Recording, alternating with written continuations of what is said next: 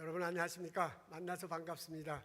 거룩한 주일 성전에 나오신 여러분 환영합니다. 오늘날 예배 참석하신 여러분 또한 환영합니다. 마음을 모으고 신령과 진정으로 하나님께 예배드리기 원합니다. 찬양드리며 하나님께 나아가겠습니다.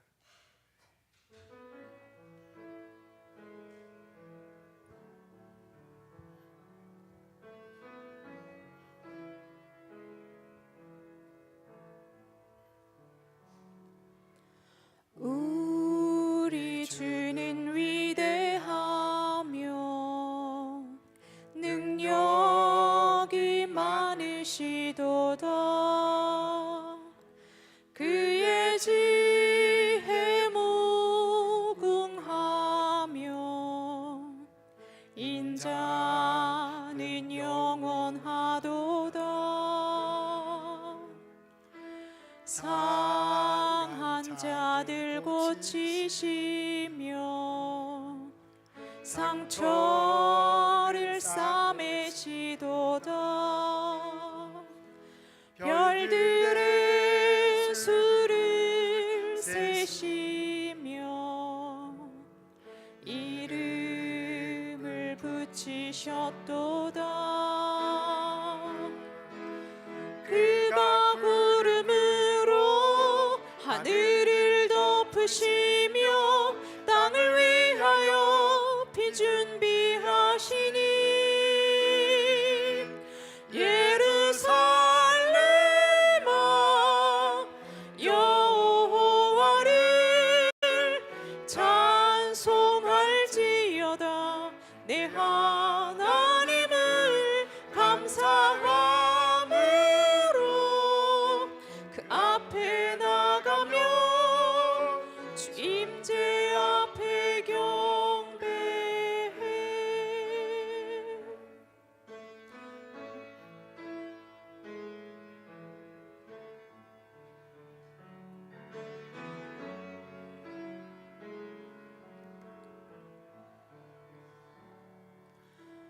우리 주는 위대하며 능력이 많으시도다. 그의 지혜 무궁하며 인자는 영원하도다. 그가 구름으로 하늘을 덮으시며 땅을 위하여 비 준비하시니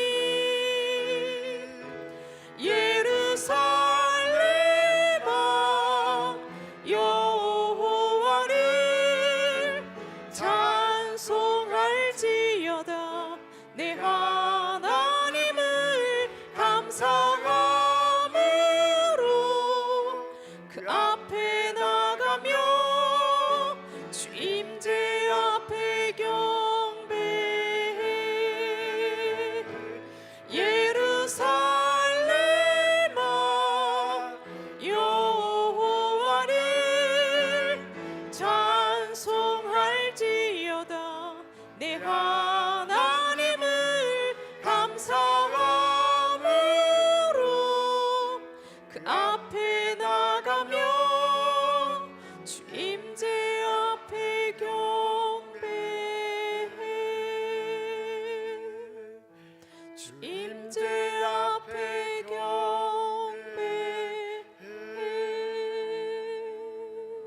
사도신경으로 신앙 고백하시겠습니다.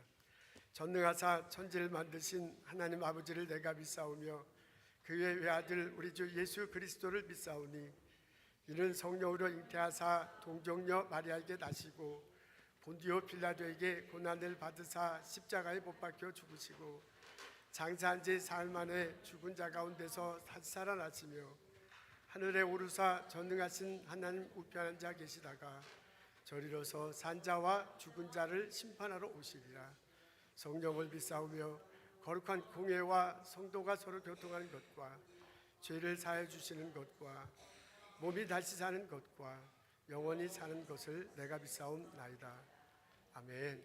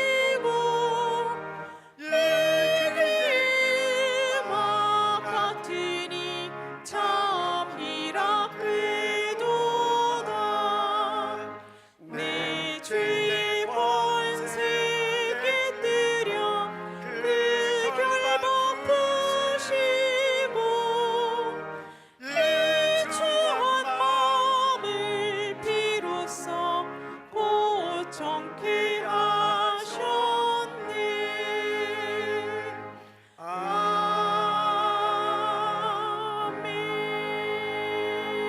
아멘. 자리에 앉겠습니다. 제가 우리 기도하는 시간인데요. 지금 기도할 때 기도문을 읽으면서 같이 기도하도록 하겠습니다. 이 기도문은 고 이화봉 권사님이 평상시에 쓰시고 아마 기도했던 내용인 듯합니다. 2주 전에 하나님 부르심 받아서 가셨는데요. 가족들과 함께 모여서 예배드릴 때가 있었어요. 그때 아마 이 어머니 쓰신 기도문을 찾으신 듯합니다. 그래서 그 기도문을 읽는데 그게 참 은혜가 됐습니다. 그래서 오늘은 우리 다 같이 기도할 때 제가 그 고 이화봉 권사님이 쓴 기도문을 읽음으로써 같이 기도하겠습니다. 우리 다 같이 기도하시겠습니다. 하나님 아버지, 오늘 귀한 시간 주시고 주님 앞에 모여 우리 모두 예배 드릴 수 있게 하시니 감사합니다. 하나님의 자녀됨을 생각하게 하시고 또한 무엇이 주님이 원하시는 길인지 또는 무엇이 남의 축복이 되게 살게 하는 건지 다시 한번 생각할 수 있음을 감사합니다. 우리가 조상현 목사님으로부터 하나님 말씀을 듣고 좀 더 나은 신앙생활을 영위하면서 주님을 찬송하며 이 축복과 풍요 속에서 참회의 기도를 드릴 수 있게 하여 주시니 감사합니다. 우리가 배부를 때 배고프며 시달리는 이웃을 생각하지 못하였으며 우리가 편안할 때 병으로 고통당하는 이웃을 생각하지 못하였습니다. 우리가 즐거울 때 이웃의 슬픔은 남의 일이었습니다. 많은 허물을 가지고 주님 앞에 나왔습니다.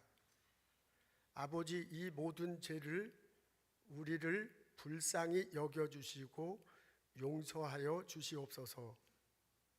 아버지의 한없는 은혜 속에 살면서도 감사할 줄 모르고 원망과 불평에서 헤어나지 못하고 시기와 질투가 그대로 있고 내 속에 속한 욕망이 있기에 하나님 뜻을 이루지 못함을 주님께 고백합니다. 연약한 우리를 깨우쳐 주시고 붙들어 주시며 세상 죄 가운데서 끌어내 주시고 주님을 의지하며 빛과 소금의 역할을 감당할 수 있도록 도와주시옵소서. 아버지께 영광 돌리는 우리들의 삶이 되게 하여 주시옵소서. 예수님 이름으로 기도합니다. 아멘.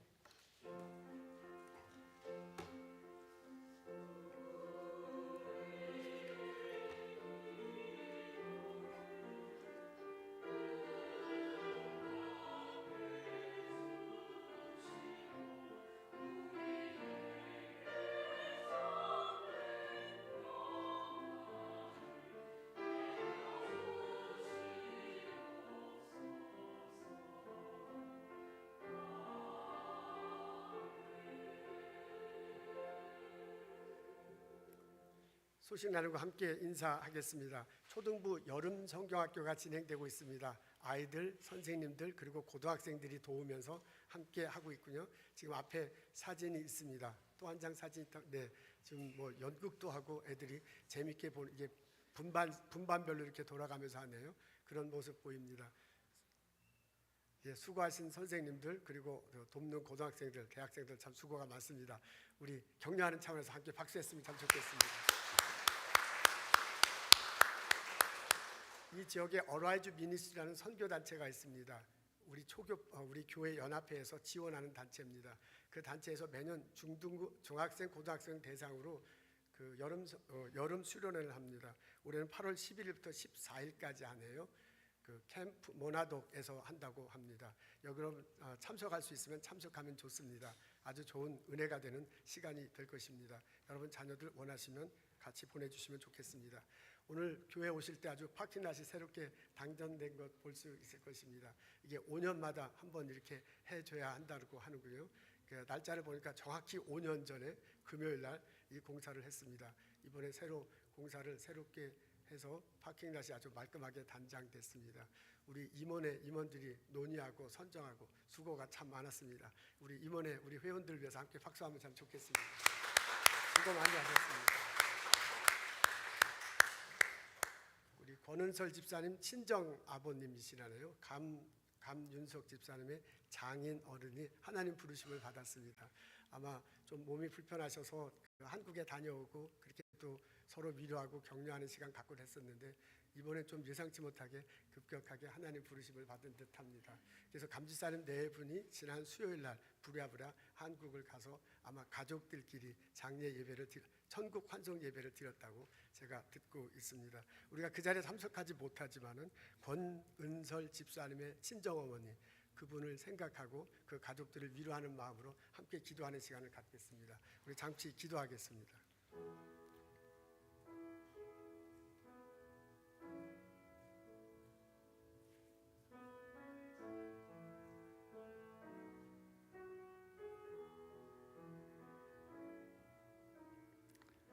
하나님, 이 시간 권은설 집사님의 친정 아버님 권영기 성도님을 기억합니다.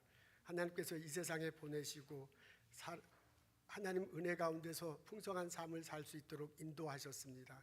신앙생활하게 하시고 가족들과 함께 하게 하시고 일터에서 열심히 일하며 이 땅에 공헌하며 살게 하셨습니다. 이제 하나님께서 권 성도님을 부르셨습니다. 그곳에서 주님 은혜 가운데 주가 보살피는 사랑 가운데 평안히 살아갈 수 있도록 인도하여 주옵소서. 하나님께서 큰 소리로 받아주시고 잘했다 칭찬하실 줄로 믿습니다. 새하늘과 새 땅에서 영원히 살아갈 수 있도록 은총을 내려 주옵소서. 남아있는 가족들을 위해서 기도합니다. 마음의 평안을 주시옵소서. 위로해 주옵소서. 슬프고 아쉽고 많은 뉘우침이 있지만 아버님과 나눴던 정들 기억들 생각하고 위로받게 하옵소서. 아버님이 보여줬던 삶과 말씀과 여러 삶의 모습을 기억하고 또한 그것을 본받아 살아갈 수 있도록 인도하옵소서. 예수님 감사합니다. 예수님 이름으로 기도합니다. 아멘. 저희 교회 방문하신 성도님이 있습니다. 김혜경 성도는 이화봉 권사님의 큰딸이십니다. 오늘 오시는 걸 알고 기도문을 한 건 아닌데 기도문 할 때 이렇게 오셨어요. 이렇게 맞이해 주셔서 감사합니다. 우리 이화봉 권사님은 정재봉 권사님 친언니 되세요. 그리고 오늘 방문하신 분은 큰 조카십니다. 우리 박수로 환영하면 좋겠습니다. 어서 오십시오. 반갑습니다. 저희 교회 방문하신 분 계시군요. 이렇게 방문해 주셔서 감사합니다. 여러분들이 아마 여름을 맞이해서 휴가를 가시고 한국을 가셨네요. 편안히 돌아오시길 바랍니다. 오늘 성전에서 여러분 뵙게 돼서 참 반갑습니다. 우리 일어나셔서 함께 인사 나누겠습니다. 어서 오십시오. 주님의 이름으로 환영합니다. 반갑습니다. 어서 오십시오. 감사합니다.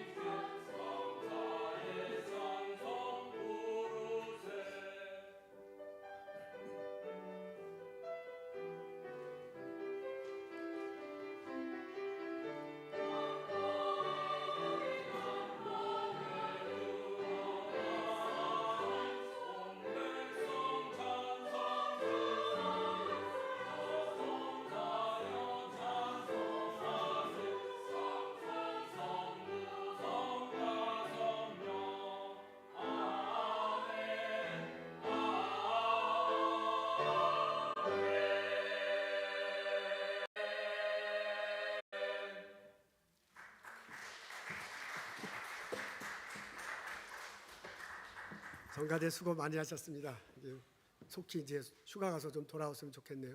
우리 남자 권사님들 찬양 잘하시네요. 두 분이서 놀랐습니다. 우리 다시 한번 박수하고 격려하면 좋겠습니다.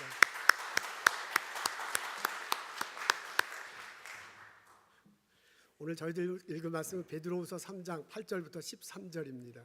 지난주와 같은 본문입니다. 그렇지만 다른 설교 내용입니다. 베드로후서 3장 8절부터 13절 제가 읽겠습니다.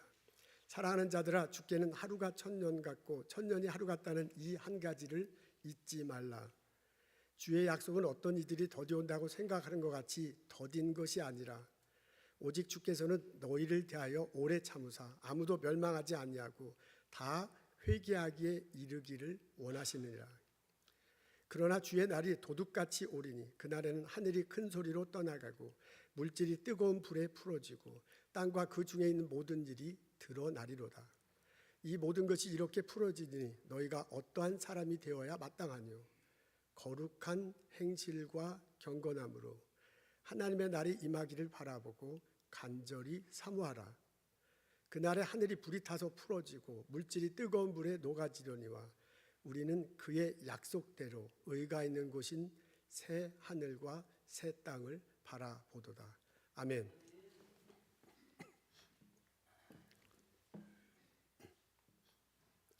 기원 후 1세기 후반 오늘날의 터키 중부, 북부, 서부 지역에 초대 교회가 있었습니다. 그 교인들에게 쓴 편지, 베드로가 쓴 편지가 베드로 전후서입니다. 대체로 줄거리는 이래요. 기독교의 전통적인 가르침을 숙지하고 흔들리지 말고 신앙생활하라 라는 내용을 가르칩니다. 오늘 우리는 그 중에 일부분을 읽도록 하겠습니다. 베드로가 질문을 던져요. 인간답게 사는 것이 어떤 것인가? 그리고 그에 대한 답을 합니다. 우리 앞에 있습니다. 우리 다 같이 한 목소리로 읽겠습니다. 시작. 너희가 어떠한 사람이 되어야 마땅하뇨. 거룩한 행실과 경건함으로 하나님의 날이 임하기를 바라보고 간절히 사모하라. 어떠한 사람이 되어야 할 거냐라고 그렇게 마땅히. 그러니까 다시 풀어서 얘기하면 인간으로서는 어떻게 사는 것이 인간답게 사는 것인가? 신앙인으로 어떻게 신앙생활하는 것이 신앙인답게 생활하는 것인가? 라는 것을 물어봅니다. 그리고 그에 대한 답을 스스로 합니다. 하나 그 빨간 줄이 내는 거예요. 그 부분만 다시 한번 읽겠습니다. 시작. 하나님의 날이 임하기를 바라보고 간절히 사모하라. 하나님 날이 임할 건데 그 하나님 날이 임한다는 것을 바라보고 사모하며 사는 것, 그렇게 사는 사람, 그렇게 사는 사람이 인간답게 사는 거고 신앙인답게 사는 것이다 라고 답을 하고 있습니다. 하나님 날이 임할 거다라고 우리에게 알려줍니다. 예수님이 다시 임하는 날, 재림하시는 날, 그날이 올 것이라고 말하는 것입니다. 성경은 가리키고 우리는 믿습니다. 예수님은 언젠가 다시 재림하실 것이다. 예수가 어디 있느냐라고 믿지 못하는 그 사람들 앞에 분명히 예수를 분명히 믿고 따르고 기다리는 우리들 앞에 예수님은 다시 오실 것입니다. 성경이 말해주기를 그날이 언젠지는 확실히 잘 모른다고 그래요. 하루가 천년 같고 천년이 하루 같은 하나님. 우리는 하루가 하루 같고 천년이 천년 같겠죠. 당연히 천년 살아보지 못했지만. 근데 하나님에게는 하루와 천년의 개념이 없으시지요. 그런 하나님이 때를 정하시기 때문에 언제 예수님이 다시 오실지 우리는 잘 알지 못합니다. 그렇지만 분명한 것은 오십니다. 안 오실 당장 오실 수도 있지만 또 먼 훗날 오실 수도 있습니다. 성경이 가르쳐 주기를 그렇게 예수님이 오실 때 천재지변이 일어날 거라고 합니다. 하늘이 변하고 하늘이 변하고 별이 떨어집니다. 기근이 일어날 거고 전쟁이 벌어질 것이라고 합니다. 거짓 예언자들이 등장하네요. 그리고 악한 세력들이 창궐합니다. 그래서 예수 믿는 사람들이 더 힘들어지는 때가 됩니다. 그런 때가 지나고 난 다음에 예수님이 임재하실 것, 재림하실 것이라 가르쳐 주고 있습니다. 그 예수님이 재림할 때 우리들 몸이 변화됩니다. 변화됩니다. 신령한 몸으로 바뀝니다. 죽었던 자들이 일어나서 신령한 몸으로 다시 태어납니다. 살았던 우리도 변화돼서 신령한 몸을 입습니다. 고린도전서 15장에 보니까 썩지 아니할 것이다. 그 신령한 몸을 죽지 아니할 것이다. 하늘에 속한 자의 형체다라고 그렇게 묘사되어 있습니다. 그래서 정확히 그게 뭔지 우리 잘 알지 못합니다. 실제로 우리 삶에 그런 것이 없어서 경험해 본 적이 없기 때문에 그렇습니다. 근데 성경이 분명히 신령한 몸을 입는다고 말을 했으니 그런 일이 분명히 벌어질 거라고 우리는 믿고 신앙생활합니다. 그런 몸의 상태로 예수님 앞에 서는 거야. 예수님이 우리를 앞에 세워놓고 예수님 앞에 나 혼자 홀로 단독자로 서서 예수님을 맞이합니다. 그 예수님이 나의 삶을 평가한다고 하네요. 성경을 심판한다고 나와 있습니다. 내가 무엇을 믿는가, 내가 어떻게 살아왔는가를 보고 나를 평가하실 것입니다. 요한계시록에 보면 예수님 앞에 여러 책들이 있을 거라고 합니다. 한 부류의 책은 생명책이라고 그렇게 불릴 수 있는 겁니다. 예수를 믿는 자들, 십자가에 달리시고 부활하신 예수 그리스도, 내가 그분을 믿는다고 마음으로 고백하고 시인하며 살아온 사람들 이름이 그 생명책에 기록되어 있습니다. 그 생명책에 기록되어 있는 사람은 천국에서 살게 될 것입니다. 그 생명책에 기록되어 있지 않는 사람은 지옥으로 갑니다. 또 다른 부류의 책은 행위책이라고 말할 수 있습니다. 우리의 행위들이 기록되어 있는 책입니다. 우리가 어떻게 살아왔는지가 기록되어 있는데요. 그것을 보고 우리들을 평가하신다고 합니다. 우리가 예수를 그리스도로 고백하고 예수님 가르침대로 살아온 사람들에 대해서, 그래서 헌신하고 봉사한 사람들에 대해서 상급이 있게 될 것이라고 성경이 말합니다. 우리는 그것을 읽고 우리는 그것을 고백하고 신앙 생활하고 있습니다. 베드로가 알려주고 있어요. 언젠가 예수님 재림하신다. 그분 앞에서 내가 홀로 서서 심판받는 날이 올 것이다 라고 그렇게 알려주고요. 그때 내가 예수님 앞에 섰을 때 나의 모습이 어떻게 돼야 될 것인가, 그것을 생각하고 지금을 살아가라 라고 권면하는 것입니다. 예수님 앞에 섰을 때 내 모습이 어떻게 됐으면 내가 믿음 안에서 바라는 것이 있을 것입니다. 그 모습은 지금 내가 어떻게 살아가는 것이 쌓이고 쌓여서 그때 예수님의 모습이 될 거예요. 그러니까 그때 예수님 앞에 섰을 때 나의 모습을 보고 지금 하루하루를 살아가라고 권면하고 있는 것입니다.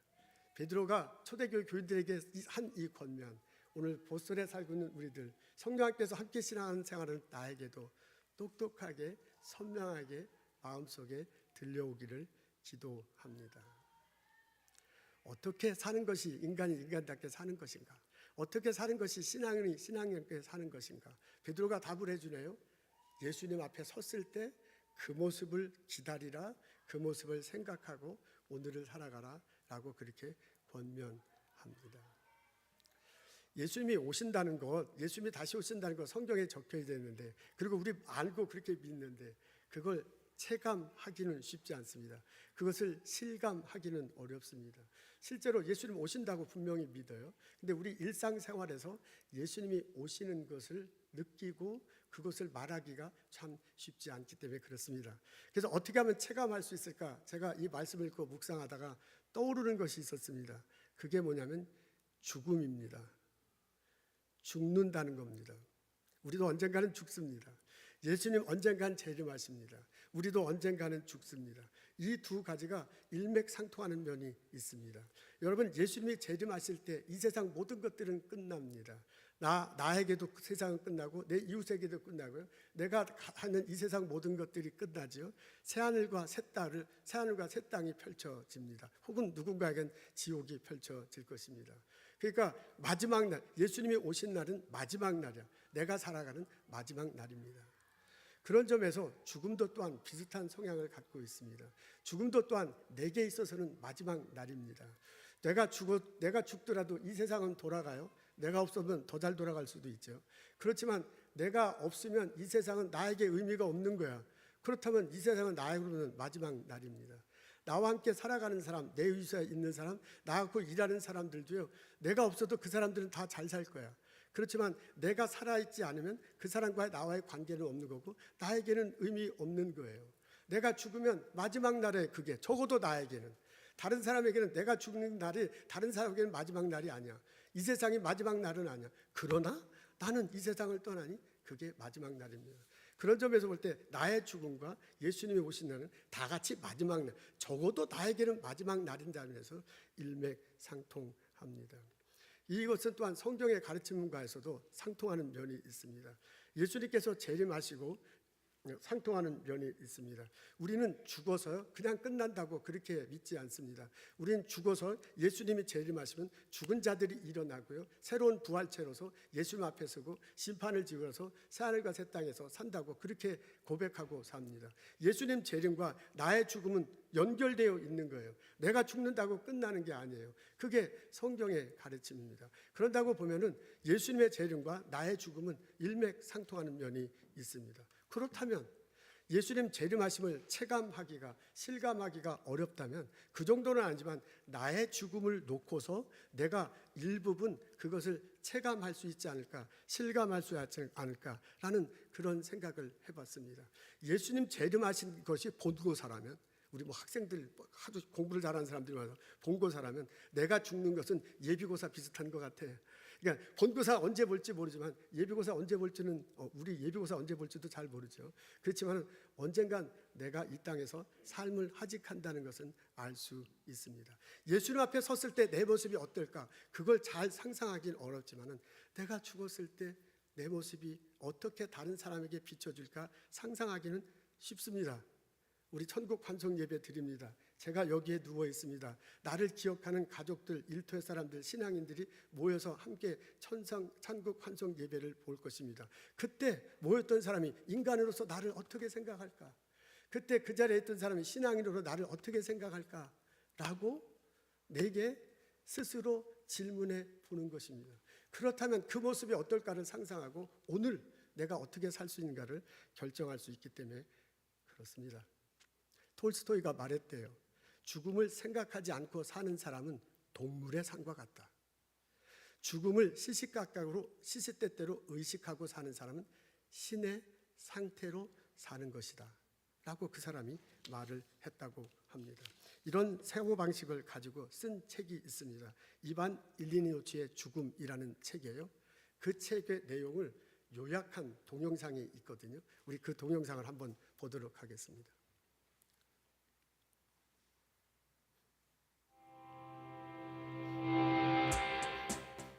삶에 흔들리고 있다면 자신의 장례식을 상상해 보라는 조언이 있습니다. 나의 장례식에 어떤 사람들이 참석할까요? 나를 추억하며 사람들은 어떤 말을 서로 건넬까요? 나와 가까운 사람들은 나의 인생에서 무엇을 기억할까요? 지금 신경 쓰고 있는 것들, 지금 중요하다고 생각하는 것들이 내 삶 전체에서 얼마나 중요할까요? 톨스토이의 이반 일리치의 죽음은 삶과 죽음을 이야기하기에 가장 좋은 소설입니다.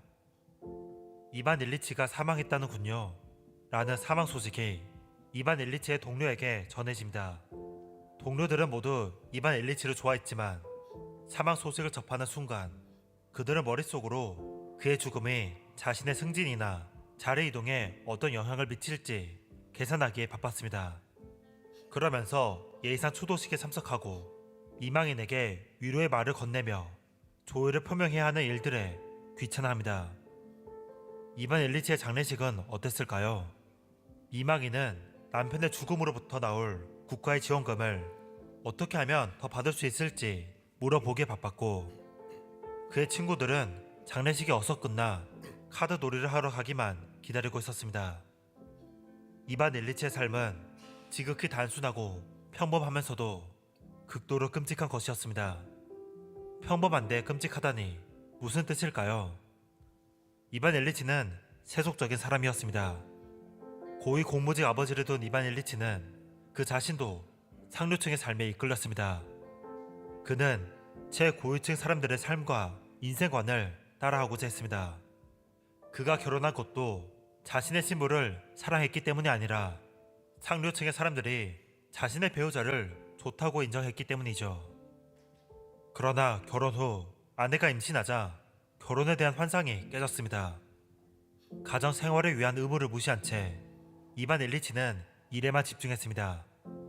아내가 신경질적으로 나올수록 이반 일리치는 업무와 일거리를 수단 삼아 자신의 독립적인 세계를 만들었습니다. 인생의 무게 중심을 점점 일 쪽에 두었고 그는 전보다도 일에 빠졌습니다. 명예욕도 전보다 강해졌죠. 그의 삶의 목적은 물질적 향락과 그것을 이루기 위한 사회적 위치에 있었습니다. 사회적 위치가 올라가면서 그는 구질구질한 친구들과 친척을 멀리하고 자신과 비슷한 급에 있는 사람들과 어울렸습니다. 새 집이 생기고 더 많은 봉급이 들어왔지만 이내 방 하나만 더 있었으면 좋겠다 싶고 월급이 조금만 더 있었으면 바랄 게 없다는 마음이 들었습니다.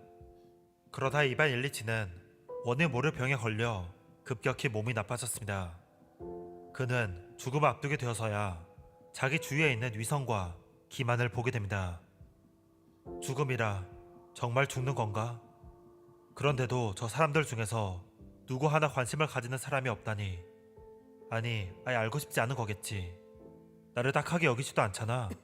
즐기고 노느라 정신이 없군. 자기들도 어차피 죽을 텐데 참 태평스럽기도 하단 말이야. 멍청한 것들. 이반 일리치는 자신의 인생을 되돌아보았습니다. 학창 시절에는 그래도 정말로 좋은 무엇인가가 있었습니다. 즐거움이 있었고 우정이 있었고 또 희망이 있었죠. 하지만 어린 시절로부터 멀어지면 멀어질수록 그리고 현재에 가까워질수록 기쁨들은 점점 더 하찮은 것으로 점점 더 추한 것으로 바뀌었습니다. 이반 일리치는 속으로 말했습니다. 생명력이라곤 전혀 없는 직장 생활에 열심히 공을 들이면서 또 돈 걱정을 하면서 1년이 가고 2년이 갔고 또 그렇게 10년이 흐르고 20년이 흘렀다. 한 걸음씩 산을 오른다고 생각했지만 사실 한 걸음씩 산을 내려가고 있었던 거야. 세상 사람들은 내가 산을 오른다고 보았지만 정확히 그만큼씩 삶은 내 발밑에서 멀어져 가고 있었던 거지. 인생의 수단으로 삼으며 추구했던 모든 것들, 보여지기 위한 결혼, 사회적 위치를 위한 일, 겉멋 맡은 동료와의 교류, 모든 것들이 삶과 죽음을 제대로 보지 못하게 하는 거짓이자 기만이었음을 알게 됩니다. 마지막에 가서는 오직 자신의 수발을 드는 하인 게라신만이 자신을 진심으로 대해주고 기만 없이 죽음을 함께 바라봐주는 존재임을 깨닫습니다. 죽기 1시간 전이 되어서야 이반 일리치는 삶의 의미를 깨닫고 가족을 용서하며 죽음을 맞이하죠. 톨스토이가 이 소설을 통해서 질문하는 게 이겁니다. 과연 인간이 인간답게 사는 것이 무엇인가 하는 질문을 하고 있습니다. 우리 베드로서 3장 읽어요. 베드로가 그 성경 구절을 통해서 우리에게 자꾸 질문을 해요. 신앙인으로서 신앙인답게 사는 것이 무엇이냐?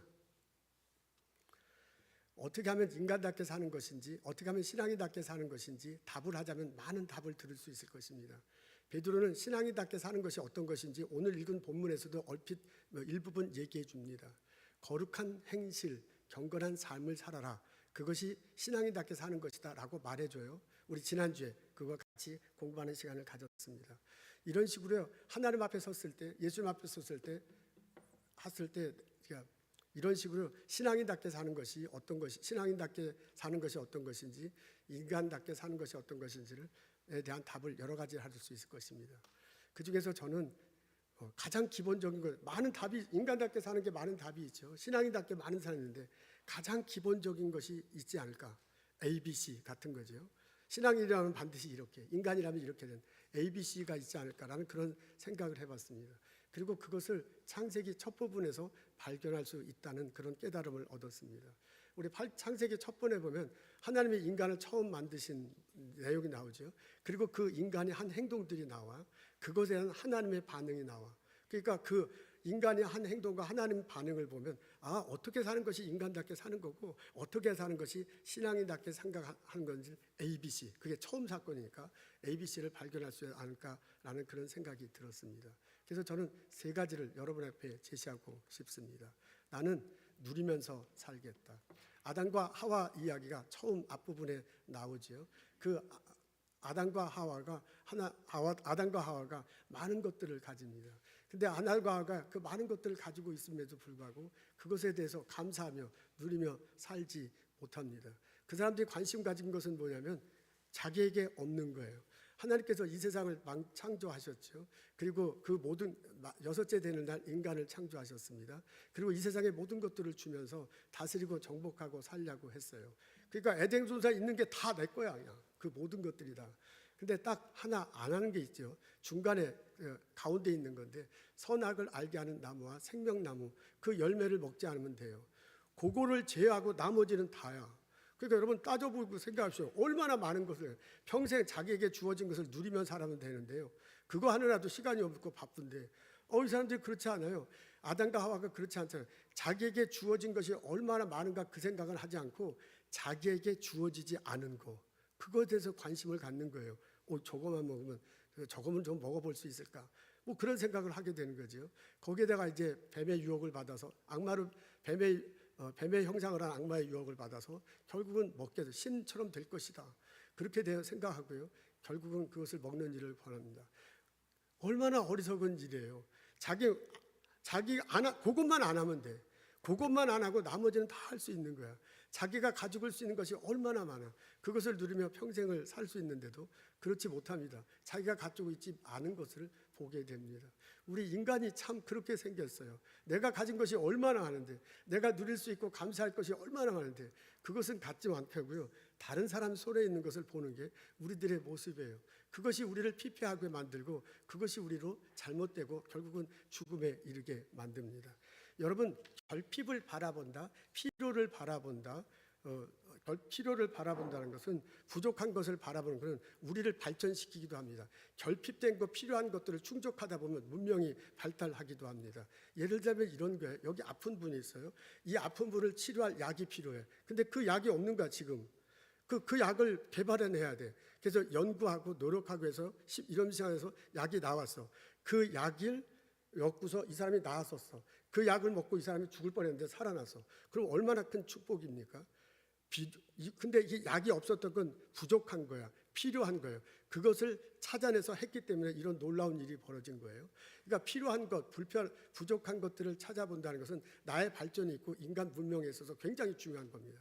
근데 이게 이렇게 긍정적인 면도 있고 부정적인 면도 있어요. 그렇게 하기 때문에 지금 제가 예를 들어서 긍정적인 일들이 막 발생하죠. 근데 그렇게 내가 부족한 것, 결핍된 것만을 자꾸 보다 보면 부정적인 것도 내게 발생합니다. 내가 많은 것 갖고 있는데 내게 부족한 것만 자꾸 생각해. 나는 없는데 저 사람이 있구나. 저 사람 그거 갖고 있지만 난 저 사람보다 훨씬 더 많은 것 갖고 있거든요. 근데 그렇게 생각하는 사람은 내가 부족한 것, 내가 가지고 약한 것, 내가 결핍된 것만 자꾸 생각하는 거야. 그래서 그거 갖고 싶어요. 아담과 하와의 피가 나한테 그대로 흘러. 안 되면 그 사람 빼서, 안 되면 죽이기까지 하더라도 어쨌든 내가 가지려고 하는 그런 것이 우리들 심성에 있습니다. 얼마나 어리석어요. 인간이 인간답게 살기 위해서, 신앙인으로서 신앙인답게 생각하기 위해서 우리가 첫 번째 할 일이 뭐냐면 누리는 거예요. 하나님께서 주셨다. 하나님께서 축복하셨다. 오늘 아침 제가 시니어 성경 공부반 인도하는데 우리 어르신 장로님 권사님들이 꼭 하시는 말씀이 있어요. 아침에 일어나서 숨쉬고 걸을 수 있다니 얼마나 감사하냐. 아침에 일어나서 숨쉬고요 걷는 게 감사하대요. 여러분 그렇게 생각해 보세요. 감사할 게 엄청나게 많아. 하나님께서 우리 재능 주셨습니다. 보스턴에서 와서 얼마나 좋은 직장터에서 일터에서 우리 비즈니스하고 일하고 가르치고 연구하고 있습니까? 이거 하나님께서 주신 거야. 하나님께서 내게 지혜 주시고, 하나님께서 내게 공부하게 하시고, 하나님께서 내게 일거리를 주시고, 하나님께서 이 땅에 불러주신 거야. 내게 가진 게 엄청나게 많아요. 그걸 헤아릴 줄, 그걸 생각하고, 그걸 인식하고, 그걸 감사하고, 그걸 누리며 사는 거, 그게 하나님께서 우리에게 주신 축복이에요. 나는 내게 하나님께 주신 거 기억하고 감사하며 누리며 살겠습니다. 누리며 산다. 두 번째는 드리며 산답니다. 하나님께 예배드리며 하나님께 예물 드리며 살겠습니다. 아담과 하와의 아들이 태어났습니다. 가인과 아벨이야. 그 가인과 아벨이 한 행동이 창세기에 적혀져 있는데요. 예배드리는 거야. 예물 드리는 거예요. 가인과 아벨이 태어나서 한 일이 얼마나 많겠어요. 그 사람들이 일으킨 사건이 얼마나 크겠어요. 근데 그런 것들 다 적혀져 있지 않고요. 제사 드리는 것, 예물 드리는 것, 그것 딱 하나가 적혀져 있습니다. 그 말은 뭐냐면 사람에게 있어서, 사람이 사는 데 있어서 정말 중요한 것이 무엇인가를, 인간으로서 꼭 해야 될 것인가, 신앙인으로서 꼭 해야 될 것이 무엇인가를 거기서 배울 수 있습니다. 제사 드리는 거예요. 하나님께 예배 드리는 거예요. 예배를 드린다는 것은 예를 갖추고 절을 한다는 거예요. 내가 이 상대에게 예를 갖추고 절을 한다는 것은 저 상대와 나하고는 다른 차원의 것이라는 것을 인정하는 겁니다. 우리가 하나님께 나와서 예배를 드린다는 것은요, 하나님은 창조주시고 나는 피조물입니다. 이걸 고백하는 거예요. 하나님은 왕이시고 나는 백성입니다. 하나님은 목자시고 나는 양입니다. 이렇게 내가 예배를 드리면서 하나님과의 나와의 관계를 설정하고요, 그 하나님을 높이고요, 그 하나님이 이끌어주는 대로 살겠다고 결심하는 거예요. 그래서 예배를 드리는 겁니다. 왕 되신 하나님이 나에게 다스리니 내가 그 왕 되신 하나님이 말씀해 주신 대로 나는 살아가겠다라고 예배를 드리면서 또한 그렇게 살아가, 그렇게 함으로써 내 삶 속에서 예배를 드리는 겁니다. 하나님이 목자 되시고 내가 양 되신다라는 걸 고백하고 하나님께서 예배 드려, 목자 되신 하나님이 나의 삶을 인도하실 것이다 라고 고백하고 예배 드려, 그리고 실제로 나의 삶 속에서 목자 되신 하나님이 나를 인도하시는 것을 경험할 수 있습니다. 그 하나님이 나를 푸른 초장 맑은 시냇물가로 인도하실 것입니다. 그 하나님이 사망의 음침한 골짜기를 다룰지라도 해를 당하지 않도록 나를 인도해 주실 거예요. 그렇게 해 주실 거다라고 믿고 성전에 나와서 예배를 드리는 거야. 하나님은 나의 왕이시고 나는 백성입니다. 하나님은 나의 목자시고 하나님은 창조주시고 나는 피조물입니다. 하나님이 내 인생의 모든 것입니다 라는 것을 고백하는 것, 그게 바로 예배를 드리는 겁니다. 예배를 드릴 때 예물을 가지고서 하나님께 예배 드렸다는 것이 시사하는 바가 엄청나게 큽니다. 여러분, 우리가 예배 드리면서 하는 여러 가지 행위, 여러 가지 순서들이 있습니다. 근데 가인과 아벨이 처음 제사를 드릴 때 우리가 드리는 여러 가지 행위에 관한 것은 아무것도 나와 있지 않았어요. 그 사람들이 하는 것은 뭐냐면 예물을 드린 거였습니다. 우리식으로 하면 헌금을 드린 거였습니다. 그것에 집중하고 있습니다. 여러분, 그 아벨이 드릴 때 첫 것을 드렸다, 양의 것에 첫 것을 드렸다고 하네요. 첫 것을 드렸다는 것은 자기가 가진 많은 것에 첫 것을 드렸다는 것은 이 많은 것에 전부가 다 하나님 것인다, 이 첫 것이니까 하나님 것입니다라고 고백하는 거예요. 첫 것을 드렸다는 것은 이것 중에 가장 소중한 것입니다 라는 것을 고백하면서 드리는 것입니다. 그러니까 예물을 드릴 때 하나님께서 주신 것을 거룩하게 구별해 드립니다. 하나님께서 주신 이것인 것이다, 하나님께서 주신 것입니다 라고 고백하며 드리는 겁니다. 그 말은 뭐냐면 내게 주신 모든 것들이 다 하나님께서 주신 것입니다 라 고백하는 차원에서 하나님 앞에 예물 드리고 예배를 드리고 있습니다. 그것을 하나님이 받으시고 그것을 하나님이 복으로 인도하시는 것을 볼 수 있습니다. 그렇다면 이게 첫 번째, 아담과 하와 이후에 첫 번째 가인과 아벨이 한 행동이 첫 번째 한 것이 예배라면, 첫 번째 한 것이 예배 드리면서 예물을 드린 거라면, 신앙인으로서 신앙인답게 사는 것이, 인간으로서 인간으로답게 사는 것이 어떤 것인지 알 수 있습니다. 나는 예배를 드립니다. 주일날 본당에 나와서 주일 성수합니다. 그 하나님께 예배드려. 당신은 왕이시고 나는 백성입니다 라고 고백하면서 예배드립니다. 그 예배드릴 때 나의 것을, 첫 것을 가지고 와서 예배드립니다. 나의 삶을 드립니다. 가장 소중한 것 드립니다. 주께서 주신 거라고 고백하면서 드립니다 라고 고백하며 헌금하며 예배를 드리는 것입니다. 그렇게 살 때 그게 첫 번째 인간들이 한 것이라면, 나도 그렇게 할 때 내가 인간답게 사는 것이고요, 내가 신앙인답게 사는 것이라고 생각합니다. 세 번째, 나는 살리며 살겠습니다. 가인과 아벨가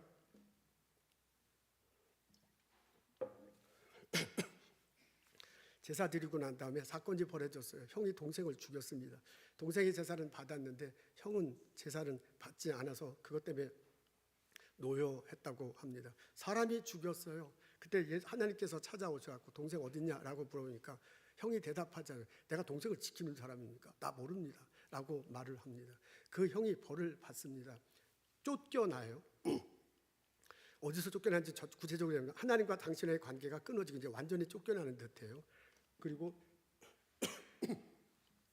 땅으로부터 저주를 받습니다. 아무리 일을 해도 땅에 있는 열매를 얻지 못하는 거야. 일터에서 아무리 일을 해도 그 결과가 없는 거지요. 그리고 주변의 사람들로부터 죽음의 위협을 당하는 일들이 벌어집니다. 그런 일이 벌어지면 되겠어요. 그렇다면 우리가 어떻게 사는 것이 인간답게 사는 것인가, 어떻게 사는 것이 신앙인답게 사는 것인가 라고 질문하면 거기서 답이 나와. 나는 사람을 죽이면서 하는 게 아니야.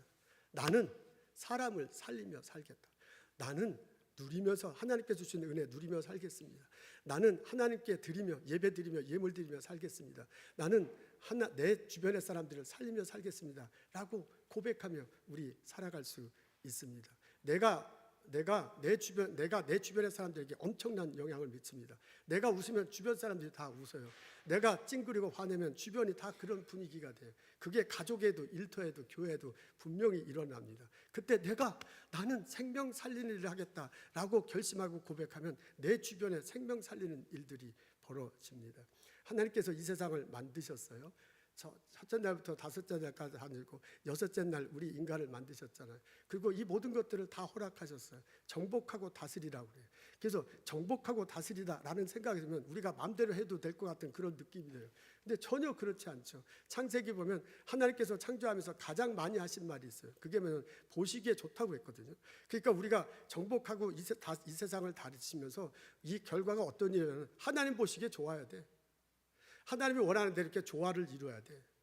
내가 사람들과 더불어 살아갈 수 있어야 돼. 이 자연 세계와 더 화합하면서 살아갈 수 있어야 돼. 그런 차원에서 정복하고 다스리는 겁니다. 그렇다면 정복하고 다스리는 거죠. 우리가 생각하는 내 마음대로 하는 그런 게 아니에요. 오히려 그것이 아니라 이웃 사람들에게 주변에 있는 사람을 섬기고 봉사하며 같이 어떻게 하면든 같이 살아가는 겁니다. 그렇게 나 자신은 살아가야 할 것입니다. 여러분, 옆에 있는 사람이 있기 때문에 내가 의미가 있습니다. 주변에 사람이 없으면 나는 의미가 없어요. 제가 성령학교 담임 목사인데 성령학교 담임 목사여서 내가 의미가 있는 건 여러분이 계시기 때문에 그렇습니다. 여러분들이 아무도 다 우리 교회 교인이 아니라면 나 혼자 뭐가 있으면 뭐 없네. 나는 아무런 의미가 없어. 하나님께서 나를 말씀 전하는 자로 부르셨다라는 걸 제 인생을 걸고 저는 설교를 준비하고 전합니다. 근데 설교를 듣는 사람이 아무도 없다면 나는 설교자로서 아무런 의미가 없는 거예요. 여러분이 있어서 제가 의미가 있는 거예요. 여러분은 저한테 아주 소중한 존재들입니다. 그래서 저는 매주일 여러분을 뵐 수 있어서 너무너무 행복해요. 여러분이 성령께 와줘서 감사해요. 여러분이 있어서 내가 의미가 있어요. 여러분, 내가 스몰 비즈니스를 열었는데 손님이 있어서 내가 오너로서 의미가 있는 거야. 손님이 아무도 안 온다면 내가 스몰 비즈니스 열어서 나 쫄딱 망해. 손님이 있어야 비즈니스가 활성해요. 그 손님에게 내가 서비스를 잘 함으로써 돈을 버는 게 아니, 그래서 돈을 벌죠.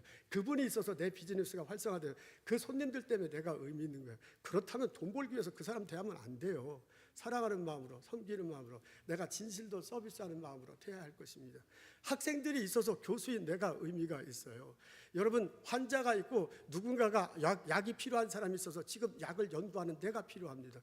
내가 약 연구했는데 아무도 그걸 먹지 않는다면 내가 무슨 지금 뭔 일을 하는 거예요? 그분들이 있기 때문에 내 삶의 의미가 있는 겁니다. 내가 회사에서 일을 하는데 내가 회사에서 만드는 제품이 있잖아요. 그게 서비스잖아요. 그것을 사용해서 누군가가 삶이 윤택해져. 그것을 사용하는 사람이 있기 때문에 내가 있는 거예요. 그렇다면 내 주변에 있는 사람 모두 다 의미 있는 사람이야. 그 사람들을 생명을 어떻게 하면 그 사람들을 봉사할까? 어떻게 하면 그 사람들과 화합하며 살아갈까? 어떻게 하면 그 사람을 살리며 살아갈까? 라는 것을 생각하며 살아야 할 거예요. 그걸 한마디로 표현하면 뭐냐면 사람 살리는 일이다. 옆에 있는 사람 어렵게 하고 힘들게 하고 죽이는 게 아니라 옆에 있는 사람을 도와주고 같이 더불어하고 생명 살리는 일, 그런 일을 하면 좋겠다라는 겁니다. 톨스토이가 물어봐요. 인간답게 사는 것이 무엇이냐? 베드로가 물어봐요. 신앙인답게 사는 것이 무엇이냐? 우리 대답할 수 있는 것이 참 많습니다. 그 중에서 세 가지. 창세기 처음에 나오기 때문에 아마 인간으로서 반드시 이것은 ABC로 반드시 있어야 될 것이다. 여러분, 제가 세 가지 묵상하고 여러분에게 전했습니다. 누리면서 산다. 드리면서 산다. 그리고 생명을 살리면서 살아갈 것이다. 요셉이 생각납니다. 형들의 모함을 받잖아요. 형들의 모함을 받아 형들의 모함을 받아 팔려 나갑니다. 애굽에 가잖아요. 총리 대신 집에 다 감옥소에 있습니다. 나중에 요셉이 총리 대신이 돼. 그리고 풍년의 시기가 지나서 흉년의 시기가 될 때 형들이 찾아오잖아요. 그리고 자기가 판 동생이 애굽의 총리 대신 됐다는 걸 알고 깜짝 놀라. 혼비백산이 돼. 그때 요셉이 한 말 여러분 다 기억하시죠? 형님 걱정하지 마십시오. 놀라지 마십시오. 내가 온 것은 하나님께서 생명 살리기 위해서 보낸 것입니다 라고 그렇게 얘기를 해요. 그리고 나중에 뒷부분에 가서 뭐라고 하냐면 하나님께서 모든 것을 선하게 바꾸셔서 나로 하여금 생명 살리는 일, 나로 하여금 이 애굽 백성과 많은 사람들 살리는 일을 하게 하셨습니다 라고 그렇게 고백해요. 여러분, 나중에 후손들이 돌아갈 때 요셉의 해골 요셉의 그걸 가지고 가잖아요. 다른 사람 건 안 갖고 가. 요셉의 거 반드시 갖고 가. 그리고 여호수아가 세겜, 이스라엘의 세겜이라는 지역에 그것을 세겜 지역 있죠. 거기다 묻어놔. 그리고 여호수아 24장에 보면 이스라엘 다 백성들을 모고 거기서 계약을 맺고 예배하는 장면이 나와. 왜 거기서 그랬겠어요? 요셉을 기억하자는 거예요. 요셉에게 인간으로서 살아갈 수 있는, 신앙인으로서 어떻게 하면 살아갈 수 있는 그것을 기억하자. 그러면서 나는 하나님 믿고서 하나님 말씀대로 살겠다고 하고, 여러분들은 어떻게 살겠습니까? 라고 권면하는 내용이 나옵니다. 하나님 나를 이 땅에 보내셨습니다. 하나님 나를 부르셨습니다. 하나님 이곳 보센에서 살게 하셨습니다. 하나님은 나의 삶의 자리에서요, 요셉은 정치인으로서 그 사람이 하는 일을 해요. 우리는 서로 직업이 달라요. 우리는 하는 일이 달라. 그 사는 삶 속에서 하나님은 생명 살리는 일이 벌어지기를 원합니다. 우리 저는 베드로 후서를 읽었습니다. 베드로가 우리들에게 물어봐요. 어떻게 하는 것이 사람답게 사는 것이냐? 어떻게 하는 것이 신앙인답게 사는 것인가? 예수님 언젠가 다시 오실 날이 있을 것입니다. 그 예수님 앞에 홀로 단독자로 내가 서서 심판받는 날이 있을 것입니다. 그 날이 있음을 생각하고 오늘 하루하루를 살아가는 나와 여러분 되시기를 주님의 이름으로 축원합니다. 기도하겠습니다. 하나님, 예수님 앞에 섰을 때 나의 모습, 그 모습을 생각하고 그 모습을 바라보고 오늘 하루하루를 살아갈 수 있도록 인도하여 주옵소서. 하나님께 주신 많은 것 누리며 감사하며 살게 하옵소서. 나의 삶의 현장에서 성전에서 예배드리고 예물드리며 나의 삶을 드리며 살아갈 수 있도록 인도하옵소서.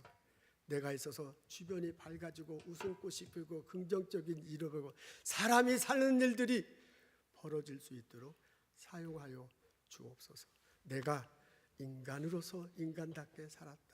내가 신앙인으로서 신앙인답게 살았다 라는 모습이 보여줄 수 있도록 인도하여 주옵소서.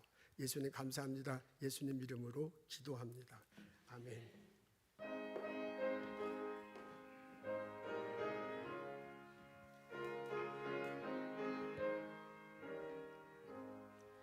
저 높은 곳을 향하여 날마다 나아갑니다.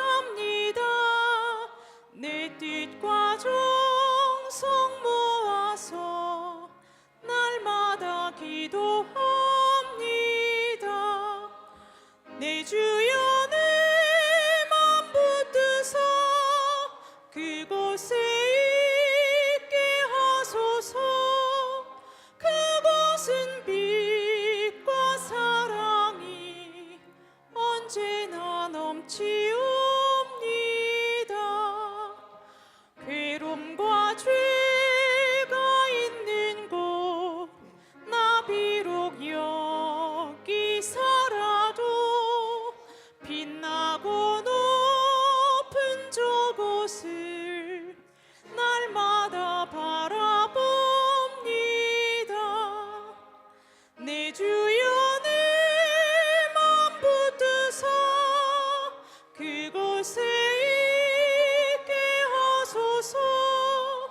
그곳은 빛과 사랑이 언제나 넘치옵니다.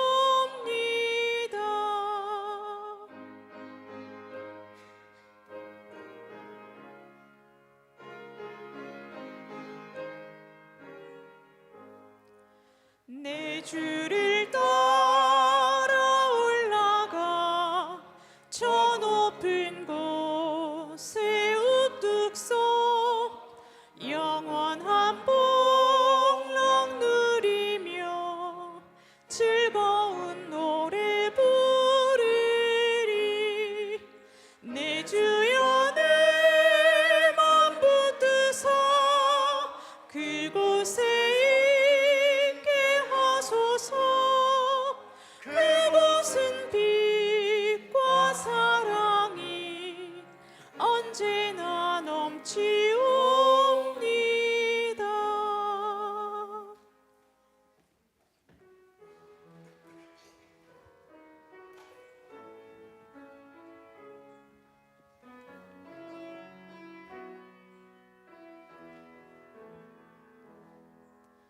주 부르심 따라 예수 이름 부르며 나의 인생을 드렸네. 사람들 이해 못하고 결과 어떠하든지 주만 따라가기 원했네. 이제와 돌이켜보니 그저 부끄러울 뿐 모두 다 주의 은혜라. 벼랑 끝에 선 나를 주의 손이 이끌어 여기까지 인도하셨네. 하나님 사랑 날 떠나지 않고 끝까지 사랑하셨기에 오직 예수와 십자가만 바라보면서 나의 생명도 아낌없이 드리기 원하네. 내 노래가 상한 영혼 일으켜 다시 살게 하는 노래가 되길. 주 배울 때 착한 일꾼이라 칭찬받기나 원하네. 주 부르심 따라 예수 이름 부르며 나의 인생을 드렸네. 사람들 이해 못하고 결과 어떠하든지 주만 따라가기 원했네. 이제와 돌이켜보니 그저 부끄러울 뿐 모두 다 주의 은혜라. 벼랑 끝에 선 나를 주의 손이 이끌어 여기까지 인도하셨네. 하나님 사랑 날 떠나지 않고 끝까지 사랑하셨기에 오직 예수와 십자가만 바라보면서 나의 생명도 아낌없이 드리기 원하네. 내 노래가 상한 영혼 일으켜 다시 살게 하는 노래가 되길. 주 배울 때 착한 일꾼이라 칭찬받기나 원하네. 내 노래가 상한 영혼 일으켜 다시 살게 하는 노래가 되길. 주 배울 때 착한 일꾼이라 칭찬받기나 원하네.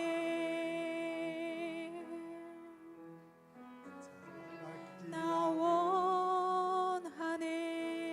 나는 오늘 하루가 살아있어서 참 감사합니다. 주님 전에 나와 예배드리고 예물드리고 내 인생을, 내 신앙을 뒤돌아볼 수 있는 시간 되게 해주셔서 감사합니다. 하나님께 기도하고 하나님께 찬양드리고 하나님 앞에 말씀 두고 결심합니다. 하나님 보시기에 좋은 삶, 하나님 앞에 칭찬받는 삶, 그런 삶을 살겠노라고 결심합니다. 하나님 우리를 인도하여 주옵소서. 나가 있어서 내 생활, 이 생활이 아름답게 변하고 하나님 보시기에 좋은 세상이 될 수 있도록 저희들을 사용하여 주옵소서. 하나님 주님께서 주신 것 많은 것 기억하고 거룩하게 구별하여 하나님께 예물 드립니다. 11조 원금 드립니다. 주정원금 드립니다. 감사원금 드립니다. 작정원금 드립니다. 우리의 예물을 받아주시옵소서. 우리의 재물을 흠양하여 주시옵소서. 하나님께서 기뻐 받으시고 하나님 말씀이 전해지는 곳에 사용하여 주옵소서. 이 세상이 주님 원하시는 나라가 되는데 우리의 드린 헌금이 사용될 수 있도록 도와주시옵소서. 성부, 성자, 성령의 은혜와 축복과 보살핌이 오늘 예배드리고 돌아가는 우리들 모두에게 지금부터 영원토록 함께 하시기를 간절히 축원하옵나이다. 아멘.